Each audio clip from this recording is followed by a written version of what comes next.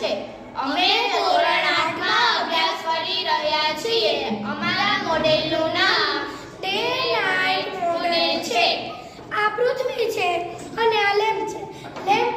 Lamp સૂર્યપ્રકાશ માટે લીધેલ છે અને આ પૃથ્વી છે.